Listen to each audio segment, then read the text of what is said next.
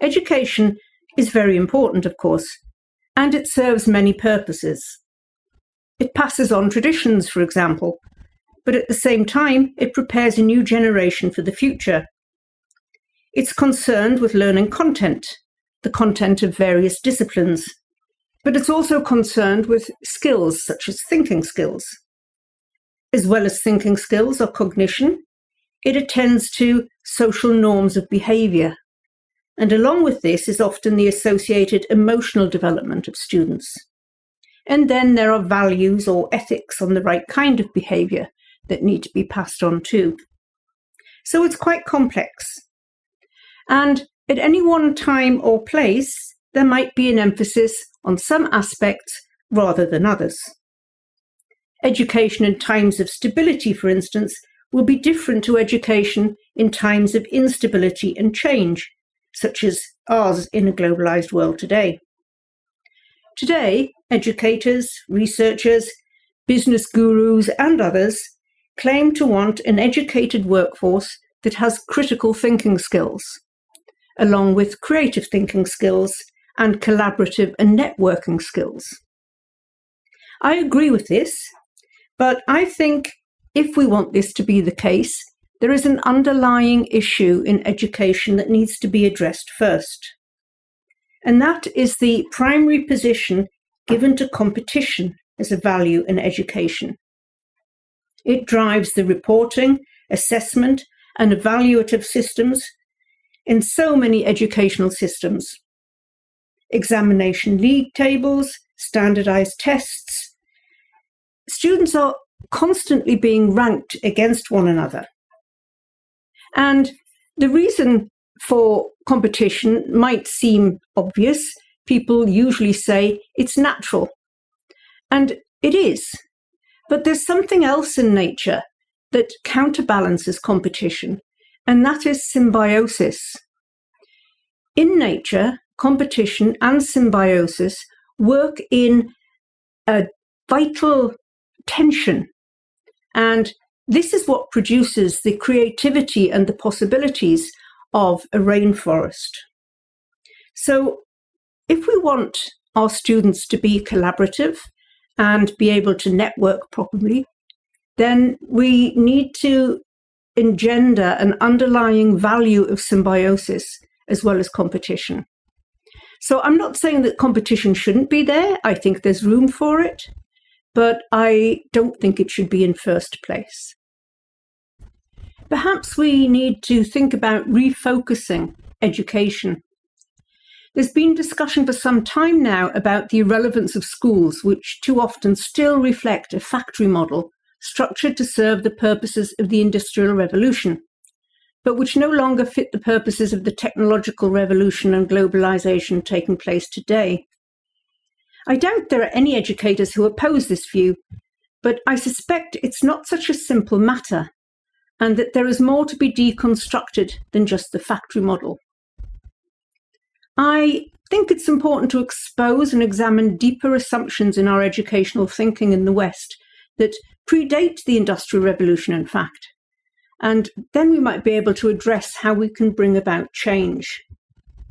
The claim from Aristotle that something either is or is not doesn't leave any room for ambiguity. It tends towards a thinking based on opposites, such as the idea of the rational or logical or Apollinaire versus the wild drives of the Dionysian, the objective as opposed to the subjective, the internal versus the external, and so on. It also supports, in that it does not contradict, separations such as the mind from the body, the emotional from the cognitive, as well as fragmentations such as the academic disciplines into the sciences, the humanities, and the arts.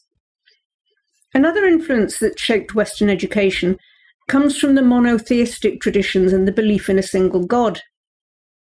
The idea of being able to find a singular, absolute truth, albeit secular, continued to underpin thinking in the West from the Enlightenment through to logical positivism in the early 20th century.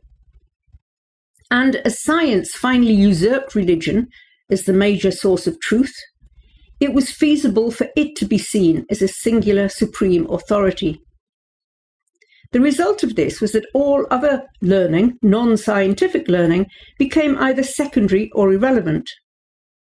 Science values knowledge based on cognitive understandings, the rational, the logic, the objective, the empirical truth.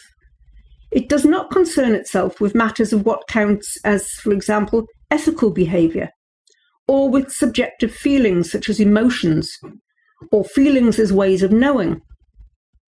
The language of science works deliberately to exclude the subjective or the personal, and to objectify the material to be studied. This has had implications for the development of learning and teaching theories, as well as pedagogical practices, that is, teaching practices in schools. The foregrounding of the importance of objectivity and cognition in science prepared the ground for the successful adoption of one of the most influential models of learning objectives used for teaching in the West. This is the goal setting based on Bloom's taxonomy.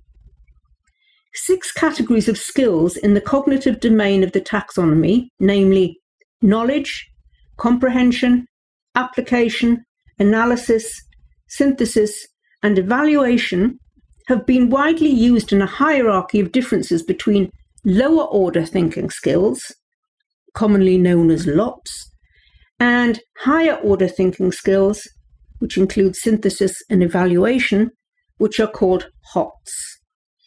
Although the categories have been critiqued and adapted, the hierarchy within the domains, as well as the significance of the domains itself, have remained. In actual fact, Bloom's taxonomy consists of 3 domains in total. As well as the cognitive domain, it also recognizes the affective and sensory domains, but the last 2 have been largely ignored compared to the first for the reasons described earlier. The emphasis in Western education has been in the cognitive domain, and has resulted, as well described by Sir Ken Robinson, in a somewhat unbalanced curriculum. One result of this is that disciplines based on affective domains, such as the arts, have enjoyed far less prestige than the sciences, and typically have not been associated with higher order thinking skills. Even in the highly proclaimed International Baccalaureate Diploma Programme, which purports to be holistic, it's only the arts that are optional. Another result of unbalanced curriculums that are over-focused in the cognitive domain is that emotional development has been excluded from being a primary goal, particularly in those designed for admission to tertiary educational systems. Subsequently, for a long time, emotional development has attracted attention in schools only when it's deficit, when it's causing personal or social disturbances, and is considered to be some kind of aberration. More positively, as the discipline of psychology developed, emotional factors have been accepted as important, but then only really to support maximum success in the cognitive or academic domain. They still remain secondary. But there are many reasons to consider repositioning emotional development as a primary goal of education. The statistics about the unhealthy number of disaffected, disengaged, depressed, and angry youth who can find no meaning in the schooling system are significant enough to be read as a sign that there's something wrong with the system, rather than with those students. And not all of those students are failing academically. What are we to make of a high-achieving student with top examination scores and openings to the best universities in the world who commits suicide? Such cases are not rare enough. Emotional well-being is fundamental to finding meaning in life. Emotional well-being is actually what people want from life, and it includes cognitive development as well as physical and social well-being. A truly holistic education recognizes and nurtures the balanced interconnectedness of all these aspects of our humanity. Like everything else, education is changing. It's changing as the world changes, so it adapts to the world, but it's also got a power to change the world in a direction that we want it to go. It means that we have to examine the basis of our education that we've inherited from the past very carefully. We need to look at hidden assumptions that we no longer see. We need to consider if these are still relevant, if they're still true. And we need to carefully consider what's missing and what we need to add as we move forward to the future. Thank you for listening to my talk. I hope it's of some value for you. I'd be most interested to hear your opinions and thoughts on competition and symbiosis, particularly if you've had some experiences in education that have led you to think one way or another. Please leave your comments and thoughts in the comment section below.